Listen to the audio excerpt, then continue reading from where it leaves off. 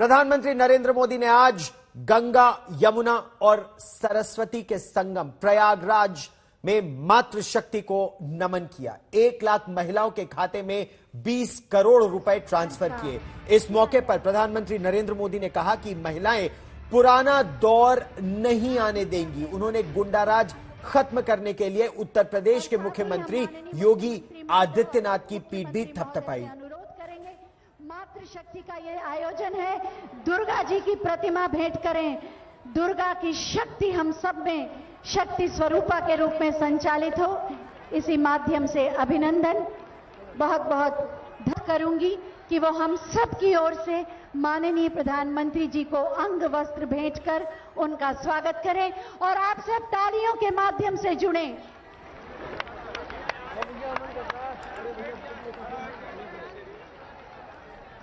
गीता के मंत्र, यूपी के विकास की धारा अब किसी के रोकने से रुकने वाली नहीं है। उत्तर प्रदेश की महिलाओं ने, माता बहनों बेटियों ने ठान लिया है, अब वो पहले की सरकारों वाला दौर वापस नहीं आने देगी। बेटियों भी चाहती थी कि उन्हें उनकी पढ़ाई लिखाई के लिए, आगे पढ़ने के लिए समय मिले, बराबर अवसर मिले। इसलिए बेटियों के लिए शादी की उम्र को 21 साल करने का प्रयास किया जा रहा है। 5 साल पहले यूपी की सड़कों पर माफिया राज था। यूपी की सत्ता में गुंडों की हनक हुआ करती थी। इसका सबसे बड़ा भुक्तभोगी कौन था? मेरी यूपी की बहन बेटियां थी। उन्हें सड़क पर निकलना मुश्किल हुआ करता था, स्कूल कॉलेज जाना मुश्किल होता था। आप कुछ कह नहीं सकती थी, बोल नहीं सकती थी, क्योंकि थाने गई तो अपराधी बलात्कारी की सिफारिश में किसी को फोन आ जाता था। योगी जी ने इन गुंडों को उनकी सही जगह पहुंचाया है। प्रधानमंत्री नरेंद्र मोदी के कार्यक्रम पर प्रियंका गांधी वाड्रा ने भी अपनी प्रतिक्रिया दी। उन्होंने कहा कि लड़की हूं, लड़ सकती हूं की वजह से ही प्रधानमंत्री नरेंद्र मोदी ने महिलाओं के लिए घोषणाएं की हैं। सुनिए प्रियंका गांधी वाड्रा को। कहा था अपनी शक्ति को पहचानो। आज आपकी शक्ति के सामने इस देश के प्रधानमंत्री नरेंद्र मोदी जी झुक रहे हैं, समझ गए हैं कि महिला खड़ी हो रही है। 5 सालों से क्यों नहीं की ये घोषणाएं? आज क्यों कर रहे हैं? चुनाव से पहले, क्योंकि महिला जागरूक हो गई है, महिला उठ गई है। हमने लड़की हूँ, लड़ सकती हूँ का नारा दिया, महिला उठ गई है, जाग गई है, कह रही है मेरा हक दो। इसीलिए आज नरेंद्र मोदी जी को भी झुकना पड़ा। मैं बहुत खुश हूँ। और हिंदुत्व के बाद अब लिंचिंग पर भी घमासान तेज हो गया है। कांग्रेस नेता राहुल गांधी ने लिंचिंग पर सरकार को घेरा तो बीजेपी ने पलटवार किया। कहा यह तो कांग्रेस की डिक्शनरी का ही शब्द है। जब 84 के अंदर इसी दिल्ली के अंदर में सिख भाइयों को किस प्रकार से घसीट कर मारा गया, उस समय वो लिंचिंग नहीं था तो क्या था? बीजेपी आने के बाद वही काम की, दलितों का लिंचिंग करना, माइनॉरिटीज का करना। हिंदुत्व के बाद राहुल गांधी ने एक और विवादित मसले पर हाथ डाल दिया। ये मसला है लिंचिंग का, यानी भीड़ तंत्र के हाथों पीट कर हत्या।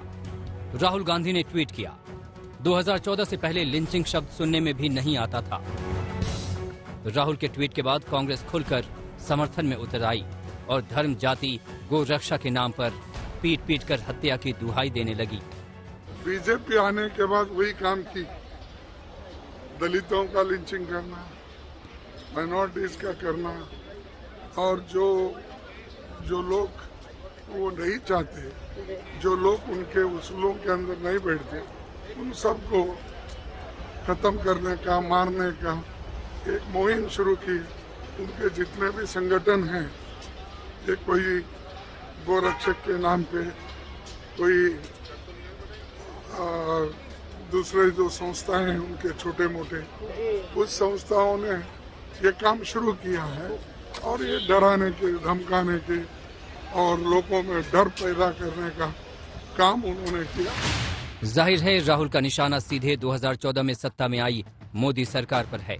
फिर क्या बीजेपी इतिहास खंगालने लग गई। बीजेपी आईटी सेल के हेड अमित मालवीय ने राजीव गांधी से लेकर नेहरू तक को घेर लिया।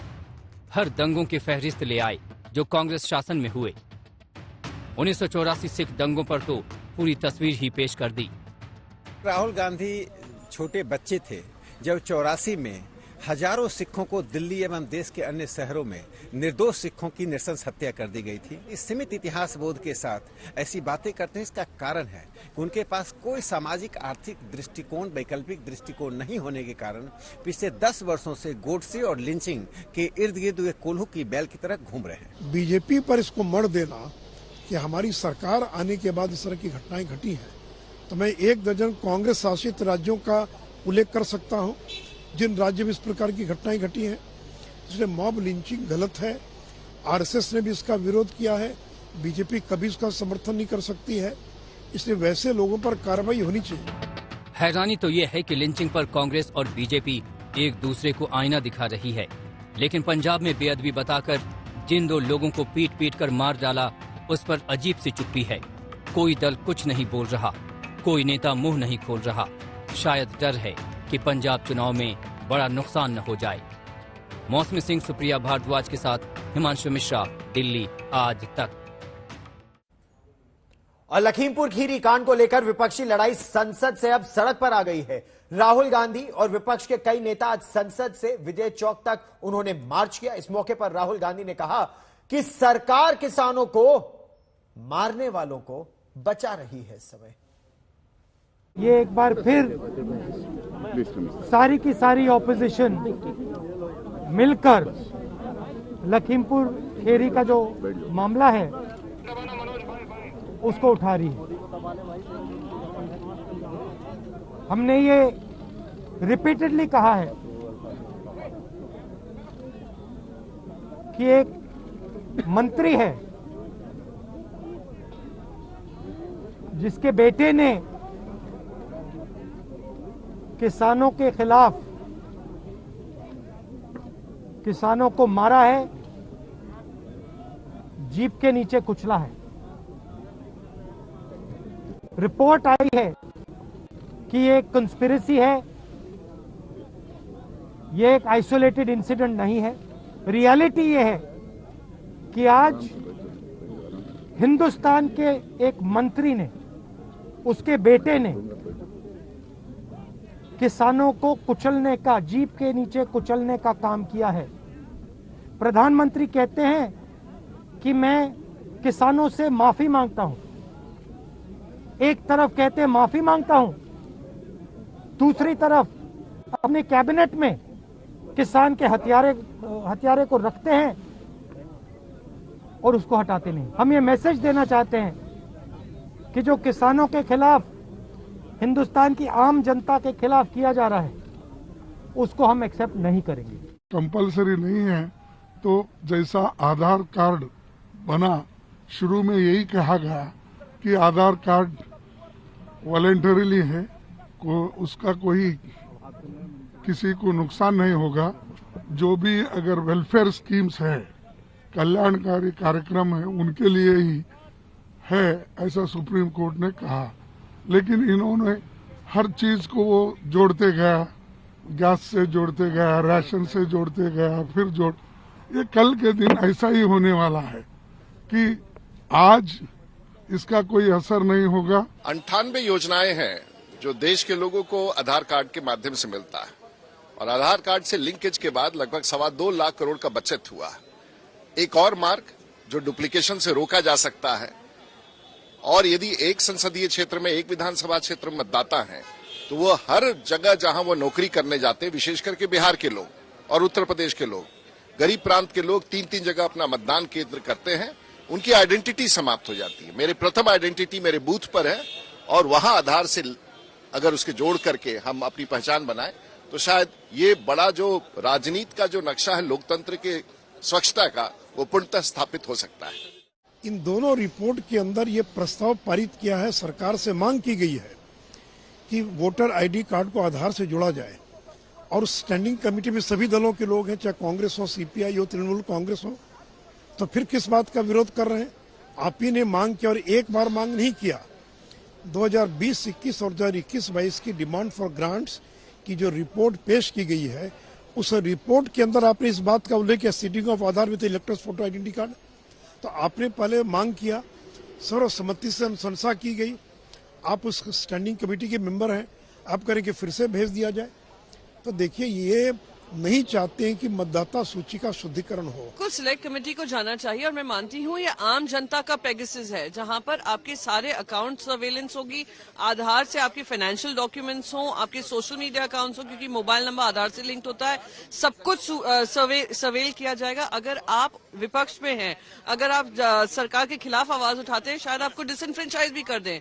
इस तरीके की अनचेक पावर डेमोक्रेसी के लिए खतरा है, और देशवासियों के लिए मैं मानती हूँ जासूसी से बड़ा हर देशवासी के घर में ये लोग घुसने का काम कर रहे हैं, बहुत ही दुर्भाग्यपूर्ण रहेगा। उत्तर प्रदेश में निषाद पार्टी को मनाने के लिए योगी आदित्यनाथ की सरकार को चिट्ठी लिखनी पड़ी। निषाद पार्टी को उम्मीद थी कि लखनऊ रैली में अमित शाह आरक्षण का ऐलान करेंगे, लेकिन जब ऐसा नहीं हुआ तो निषाद पार्टी खासा नाराज हो गई। आइए दोनों हाथ विजय के विश्वास की मुट्ठी बींचिए और भारत मां का जयकारा लगाइए। बोले भारत माता की। लखनऊ की इस रैली से निषाद पार्टी को काफी उम्मीद थी। मंच पर अमित शाह थे। निषाद समुदाय के लोगों से लखनऊ का रमाबाई अंबेडकर मैदान खचाखच भरा था। निषाद समुदाय गदगद थे कि उन्हें उनका हक मिलेगा। गृह मंत्री अमित शाह इसका ऐलान करेंगे, लेकिन रैली में सब बातें हुई। अमित शाह की चुनावी हुंकार दिखी, जीत के दावे हुए, विपक्ष पर प्रहार हुए, पर निषाद समुदाय को अनुसूचित जाति में शामिल करने का कोई वादा नहीं हुआ। आग्रह करना चाहता कि माननीय मुख्यमंत्री जी को, जो भी आया अपनी जाति का काम किया, निषाद समाज का काम किया क्या? काम किया क्या? सभी पिछड़ी जातियों का, सभी गरीबों का काम करने का लक्ष्य मोदी जी का था, और उन्होंने इसको पूरा किया।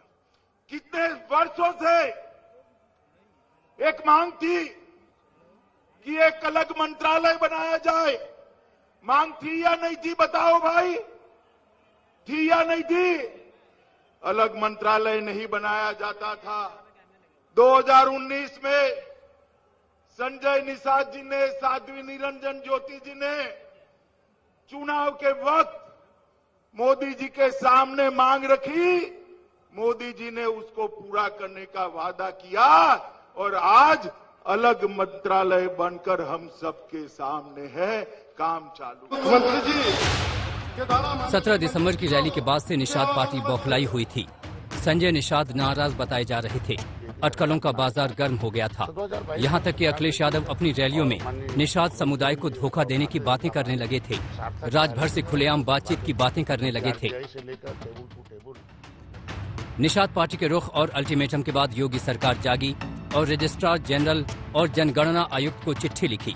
चिट्ठी के साथ निषाद पार्टी के अध्यक्ष संजय निषाद का ज्ञापन भी लगा है। संजय निषाद की दलील है कि अनुसूचित जाति की सूची में मझवार जाति का जिक्र है, जबकि मझवार जाति के लोग मांझी, मझवार, केवट, मल्लाह और निषाद भी लिखते हैं। इस वजह से उन्हें एसटी का सर्टिफिकेट नहीं मिलता है। हम ऑलरेडी केंद्र के सूची में हम अनुसूचित है मझवार, और उत्तर प्रदेश में पिछली सरकारें जो बेईमान थी वो हमें हमारे सर नेम को पिछड़े में डाल के हमें रोकने का प्रयास किया, तो उनका जवाब भी है। और इन हमारे नौजवान साथियों का और मछुआरों के और जो हमारे आरक्षण के मुद्दे का ये सार्थक और एक निर्णायक पहल है, और मैं इन्हें बधाई देता हूँ। लेटर तो चला गया, अब अगला स्टेप क्या? अब उस पर हम दिल्ली जाकर आरजीआई से उसका रिपोर्ट लगवा, आरजीआई से फिर पुनः भेजकर इसे घोषणा कराएं, और जल्दी से जल्दी हमारे मछुआरों के बच्चों का भविष्य तय हो सके, विकास की मुख्तार इनका मझवार के नाम से सर्टिफिकेट दिया जाए। यूपी में निषाद समुदाय काफी संख्या में है। निषाद पार्टी इन समुदायों पर खासा दखल रखती है। ऐसे में चुनाव के बीच बीजेपी कोई रिस्क नहीं लेना चाहती। सहयोगी को नाराज करने का मोल तो हरगिज नहीं ले सकती। आज तक ब्यूरो। उत्तर प्रदेश की चुनावी राजनीति में फोन टैपिंग का मामला अब गर्माता जा रहा है। समाजवादी पार्टी नेता अखिलेश यादव ने योगी आदित्यनाथ की सरकार पर फोन टैपिंग का आरोप लगाया तो पूरे विपक्ष ने अखिलेश यादव का समर्थन किया। राहुल गांधी ने तो फोन टैपिंग मामले को पेगासस मामले से जोड़ भी दिया।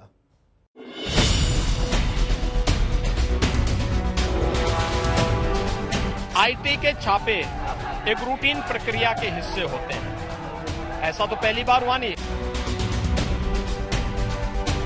ये तब अपनाए जा रहे हैं कि जब उन्हें पूरा भरोसा हो गया कि सरकार जारी होगी।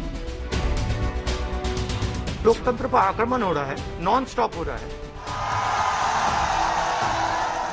जब चुनाव कोई हारने लगता है तो इस तरीके के बहाने लगाने लगता है और वो इंस्टीट्यूशंस को बदनाम करने लगता है। उत्तर प्रदेश में विधानसभा चुनाव की घंटी अभी बजी भी नहीं, लेकिन सियासी फिजा में आरोपों का शोर घनघनाने लगा है। फोन टैपिंग को लेकर विपक्ष योगी सरकार पर सवाल उठाने लगा है। फोन टैपिंग के जिस आरोप को अखिलेश यादव ने बीजेपी पर हमले का नया हथियार बनाया है, अब उसे राहुल गांधी ने आगे बढ़ाया है।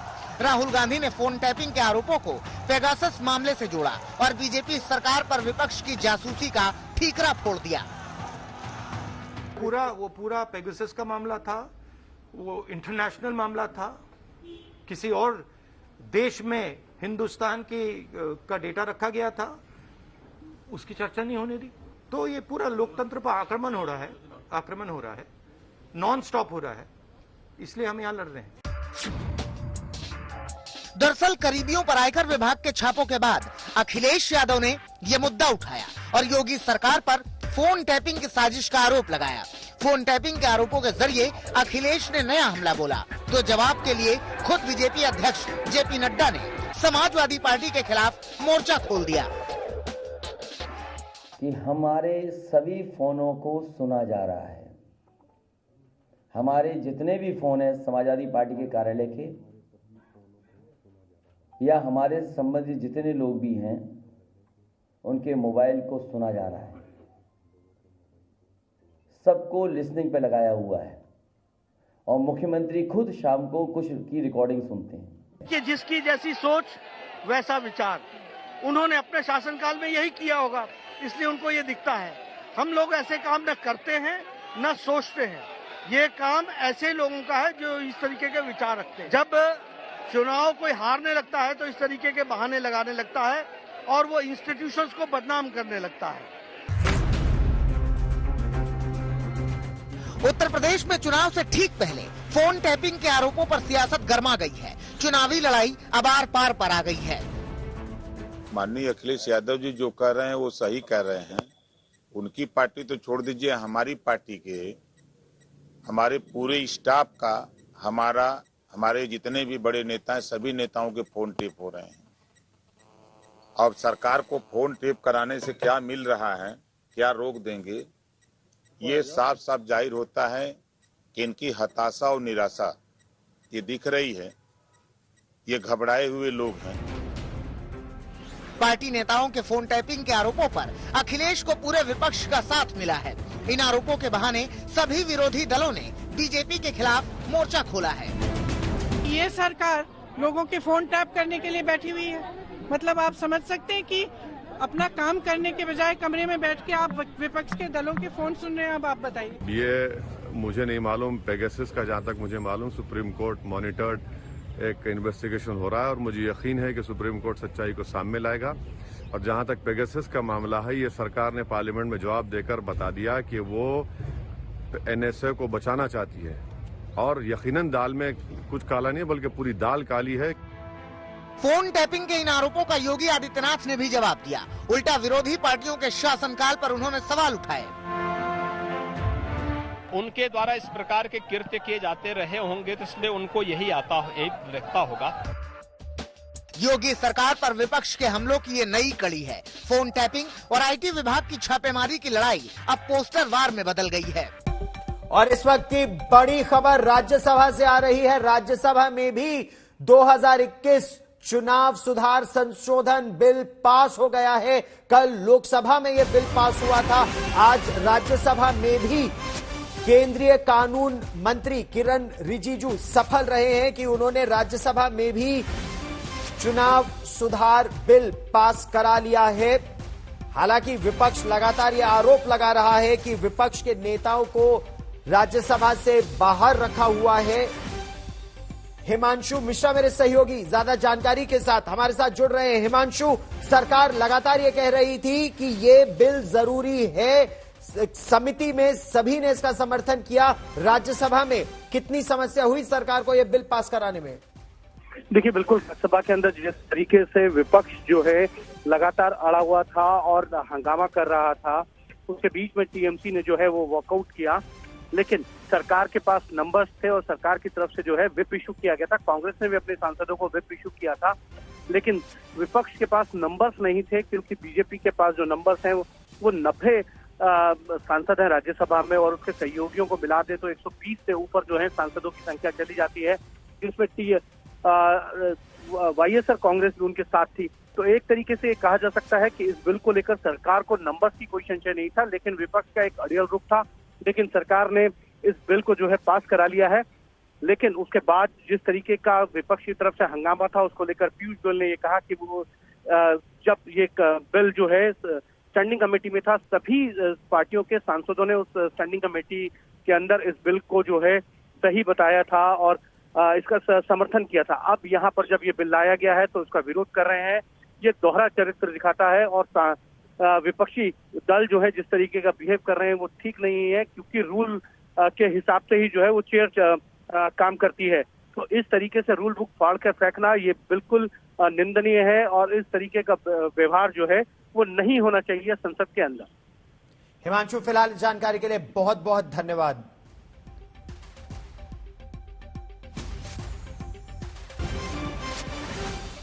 और अब बात शहर शहर शीत युद्ध की।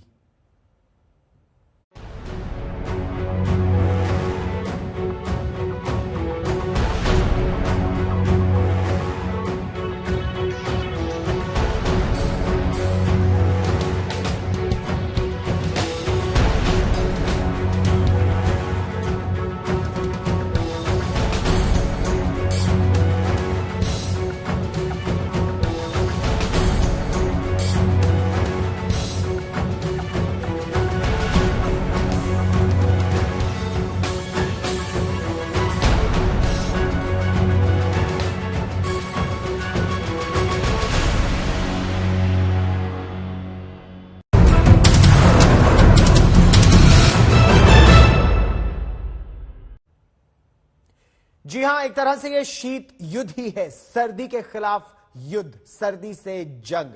सर्दी सितम ढा रही है, सर्दी जीवन को मुश्किल बना रही है। आधे हिंदुस्तान में जमा देने वाला जाड़ा इस समय पड़ रहा है। 8 तस्वीरें इस समय हम आपको दिखा रहे हैं। राजधानी दिल्ली की तस्वीर, मनाली की, सोलन की, चंबा की, बागेश्वर की, केदारनाथ की, फतेहाबाद की, धौलपुर की। कहीं बर्फ की सफेद चादर नजर आ रही है तो कहीं अलाव तापते लोग। इस बुलेटिन में देश भर में सर्दी से मचे कोहराम की हम बात करेंगे, लेकिन शुरुआत सबसे पहले हिमाचल प्रदेश की ताजा तस्वीर से।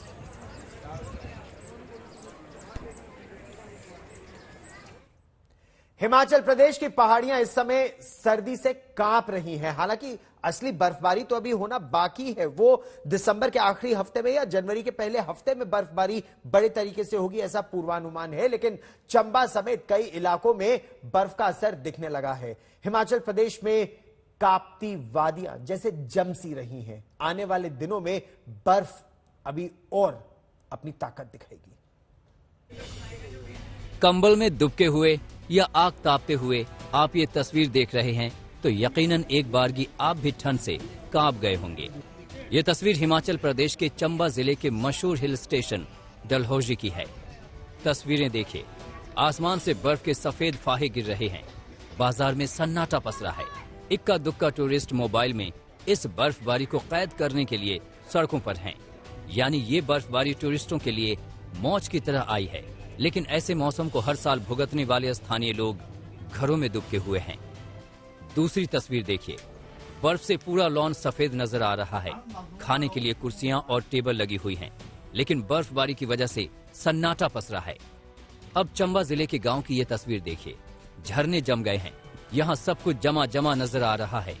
हिमाचल प्रदेश में इन दिनों कड़ाके की सर्दी पड़ रही है। पहाड़ों की रानी डलहौजी में पारा शून्य से नीचे पहुंच गया है। बर्फबारी को देखते हुए डलहौजी में व्हाइट क्रिसमस का अनुमान जताया जा रहा है।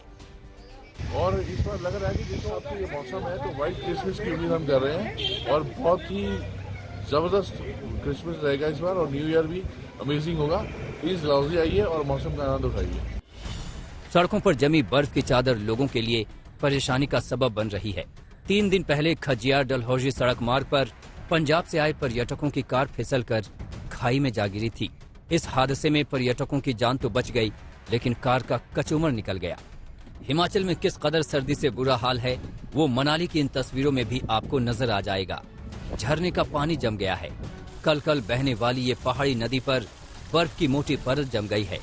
देखिए, नदी पर ऊपर बर्फ की परत और नीचे पानी। कुल्लू मनाली समेत समूचा जिला इन दिनों शीत लहर की चपेट में है।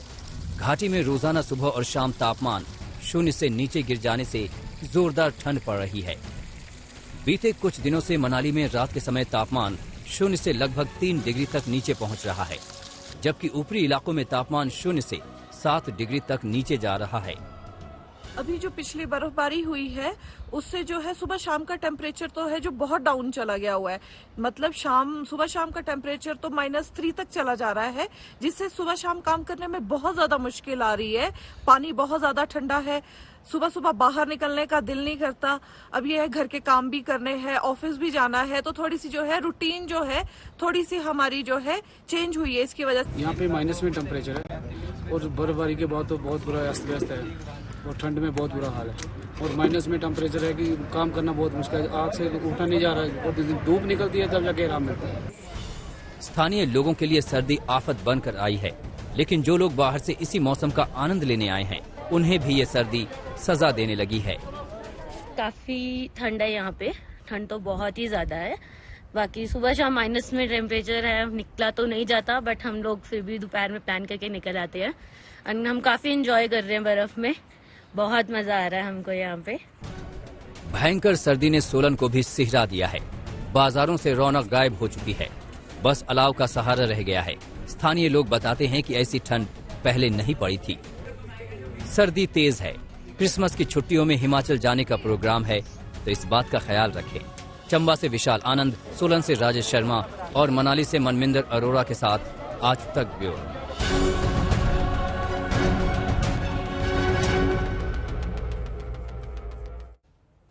हमने आपको हिमाचल प्रदेश की तस्वीर दिखाई। हिमाचल प्रदेश से बहुत ज्यादा अलग नहीं है तस्वीर उत्तराखंड की। दरअसल हिमाचल की ही तरह उत्तराखंड के पहाड़ों में भी इस समय जमा देने वाली सर्दी पड़ रही है। बर्फबारी का जो असली रंग है वो अगले हफ्ते या जनवरी के पहले हफ्ते में नजर आएगा, लेकिन बर्फीला आक्रमण तो हो ही रहा है। सर्दी ने लोगों को सचेत कर दिया है। उत्तराखंड में सर्दी का जो असली रूप है वो दिसंबर और जनवरी में साफ नजर आता है।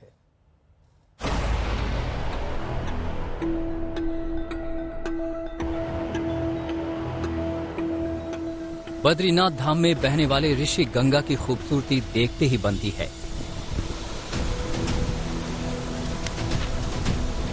सांता क्लॉज की सफेद दाढ़ी की तरह जमी पानी की धार और बीच से बहता झरना,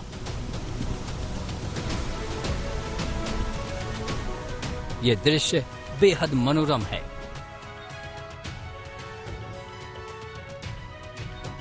कड़ाके की सर्दी में यहाँ नदी और झरना पूरी तरह से पाले में तब्दील हो चुका है। पूरी पहाड़ी पर ही नजर डालिए, बर्फ की हल्की सफेद चादर बिछी हुई है। लुढ़कता पारा स्थानीय लोगों के लिए मुसीबत का सबब बना हुआ है, लेकिन बाहर से घूमने आए टूरिस्ट इस मौसम का मजा ले रहे हैं। होली गए थे, अच्छा लग रहा है, लेकिन बर्फ इतनी नहीं है जितनी हम लोग को चाहिए थी। बहुत थोड़ी थोड़ी है, ठंड तो बहुत है। माइनस में टेम्परेचर, -2, -5। भयंकर सर्दी को देखते हुए प्रशासन ने जगह जगह अलाव की व्यवस्था की है। जोशीमठ नगर में अलग अलग चौक चौराहों पर प्रशासन द्वारा हर वर्ष की तरह इस वर्ष भी आग जलाकर लोगों को ठंड से राहत देने की कोशिश की गई है। तो बढ़ती ठंड को देखते हुए लोगों को कंबल बांटने का काम भी प्रशासन द्वारा किया जा रहा है। कि हर वर्ष की तरह ही इस वर्ष भी जोशीमठ नगर क्षेत्र में माह दिसंबर और जनवरी में काफी ठंड बढ़ जाती है। तो जैसा हमने पिछले साल भी किया था, इस साल भी नगर पालिका के सहयोग से हम लोगों ने जगह जगह पर पर्यटकों और स्थानीय जनता के लिए अलाव जलाए हैं। साथ ही हमने जो बेघर और इस तरह के लोग हैं जिनके पास रहने के लिए उचित स्थान नहीं है, उनमें कंबल वितरण किया है। समुद्र से 11,000 फीट की ऊंचाई पर ये केदारनाथ है।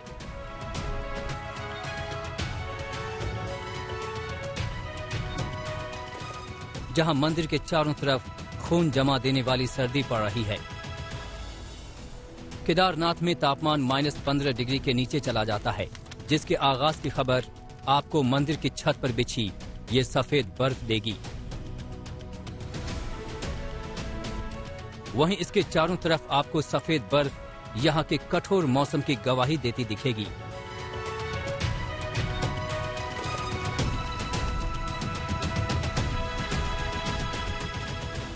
अब लेह की तस्वीर भी देख लीजिए, जहां पर 17 डिग्री सेल्सियस तक तापमान गिर जाता है। सर्दियों में लद्दाख में बढ़ने वाली ठंड की वजह से ये देश से 6 महीनों के लिए कट जाता है, जिससे यहाँ रहना किसी अग्नि परीक्षा से कम नहीं होता। पानी जमने से नलों को भी गरमाना पड़ता है, तब जाकर लोगों को पानी मिलता है। पहाड़ों पर होने वाली इस बर्फबारी का नतीजा है कि मैदानों में इस बार शीतलहर का प्रकोप बहुत ज्यादा है। जोशीमठ से कमल नयन सिलोड़ी के साथ आज तक ब्यूरो। आपने उत्तराखंड की तस्वीरें देखी, आपने लद्दाख की तस्वीरें देखी, अब आपको लिए चलते हैं कश्मीर घाटी। कश्मीर की खूबसूरत वादियां, लेकिन कश्मीर में अगले 40 दिनों तक चिलाई कलां आज से शुरू हो गया है, यानी अगले 40 दिन सबसे ज्यादा सर्दी के होंगे। घाटी के लिए अगले 40 दिन कुछ लोगों के लिए बेहद मुसीबत भरे भी होते हैं। इन 40 दिनों में घाटी में जबरदस्त बर्फबारी भी होती है, शीतलहर भी होती है, और लोगों को, पर्यटकों को तो बहुत अच्छा लगता है बर्फ देखकर और वो बर्फ का आनंद भी लेते हैं, लेकिन लोगों की मुसीबतें बढ़ भी जाती है।